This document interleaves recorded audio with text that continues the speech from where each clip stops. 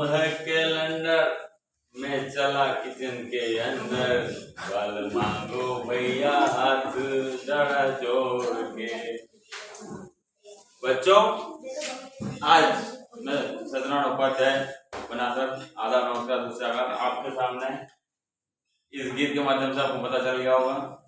Calendar वाला सवाल लेके आपके सामने मौजूद हूँ। कैलेंडर वाला सवाल मीन्स कम मेरिट रीजनिंग के आते हैं, मतलब विभिन्न कॉम्पिटिटिव एग्जाम्स में, चाहे पीएससी एसएससी वगैरह जो भी हो सब में आते हैं। तो देखिए, जूम करिएगा। पहला सवाल, आरव का जन्म रविवार 12 मार्च को हुआ था, यदि मधुप का जन्म 10 अगस्त को हुआ था तो मधुप का जन्म सप्ताह में किस दिन हुआ हो? ठीक है, 12 मार्च से 10 अगस्त तक कितने दिन होते हैं अपने को ये देखना। देखो, सभी बच्चों को ध्यान रखना है, जनवरी फरवरी मार्च ऐसे गिनना है। जनवरी को ऊपर गिनना है, फरवरी को नीचे गिनना है, मार्च को ऊपर गिनना है, अप्रैल को नीचे गिनना है, ऐसे करके। तो जहां नीचे आएगा हमारा हाथ वहां पे 30 का महीना होगा वो, और जहां ऊपर आएगा वो 31 का होगा। ठीक है, या फिर अगर आपको ये नहीं आता हो तो अब जून 30, बाकी सब 31। अप्रैल जून और नवंबर जो होते हैं वो 30 के होते हैं, बाकी सब 31 के होते हैं। देखो, जनवरी फरवरी मार्च 31 का होता है, लेकिन यहाँ पे 12 मार्च हो चुके हैं तो 19 दिन मार्च के बचे हैं। फिर अप्रैल 30 का होता है तो 30 दिन ये अप्रैल के। मई 31 का होता है,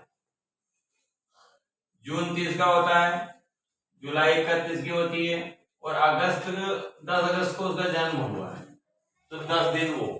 ठीक है, तो हम जोड़ लेते हैं।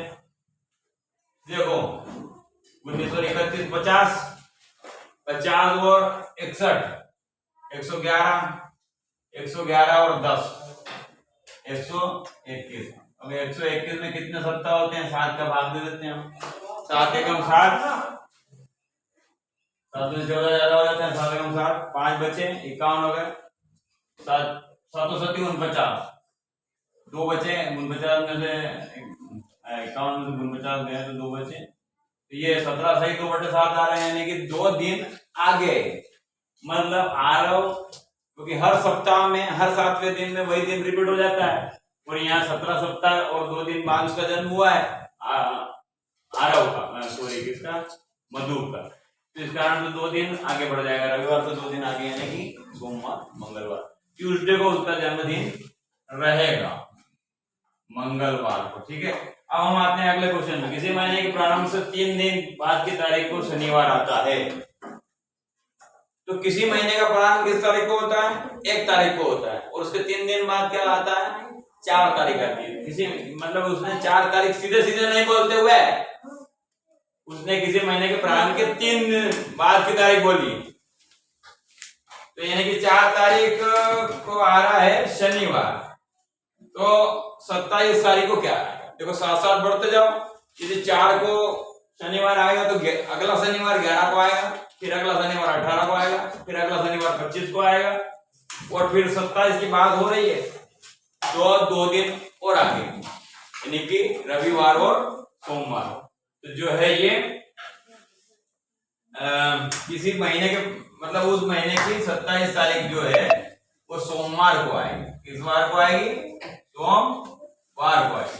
अगर आपको ये समझ में नहीं आता है तो सीधी सी बात है कि 27 तारीख का पूछ रहा है, लेकिन 4 दिन बाद की तारीख बता चुका है वो, तो 4 तारीख के कितने दिन बाद 27 तारीख आती है? 23 दिन बाद। तो इस 23 में 7 का भाग दे दो, 7 क्या 21, 3 सप्ताह, 2 बज गए बटे 7, यानी कि 2 दिन आगे बढ़ जाए, शनिवार से रविवार सोमवार। उस महीने के जो है तारीख 27 जो आएगी वो सोमवार को आएगी। अब यहाँ देखिए 33 वाला क्वेश्चन जो है, वर्ष 1988 में स्वतंत्रता दिवस बुधवार को मनाया गया, तो 1990 में किस दिन मनाया जाएगा? तो सीधी सी बात है कि हर चौथा वर्ष जो होता है वो लीप ईयर होता है, अधिवर्ष कहते हैं, जिसमें कि 366 दिन होते हैं, फरवरी 29 का रहता है। अब यहाँ देखिए हम क्या लीप ईयर वाला कॉन्सेप्ट इसमें आ रहा है क्या? नहीं आ रहा है। क्यों नहीं आ रहा है? क्योंकि स्वतंत्रता दिवस 15 अगस्त को होता है। हाँ, ये लीप ईयर जरूर है, लेकिन यहाँ पे हमें लीप ईयर वाला कॉन्सेप्ट इसमें क्यों नहीं आ रहा है? क्योंकि फरवरी के बाद की तारीख बताई गई।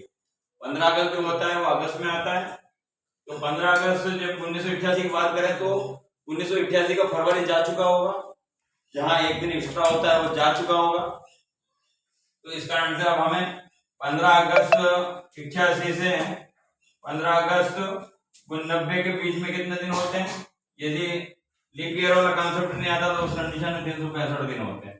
अब हमें देखना है कि 365 दिन में सप्ताह कितने होते हैं।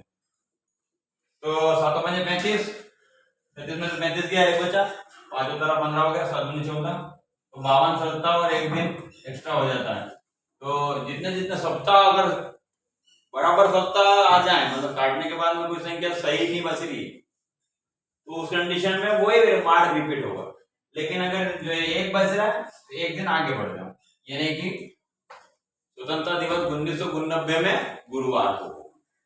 तो आशा है कि आपको कैलेंडर के सारे सवाल समझ में आए होंगे। आप प्रैक्टिस करें, क्योंकि अगर आप समय रहते प्रैक्टिस नहीं करोगे तो आपको पसंद पड़ेगा, क्योंकि कभी ना बिगड़े दूध का मत है ना माखन हो। मिलते हैं किसी अन्य टॉपिक के साथ और टॉपिक के साथ। तब तक जय हिंद, जय Bharat. Subscribe more and more my channel.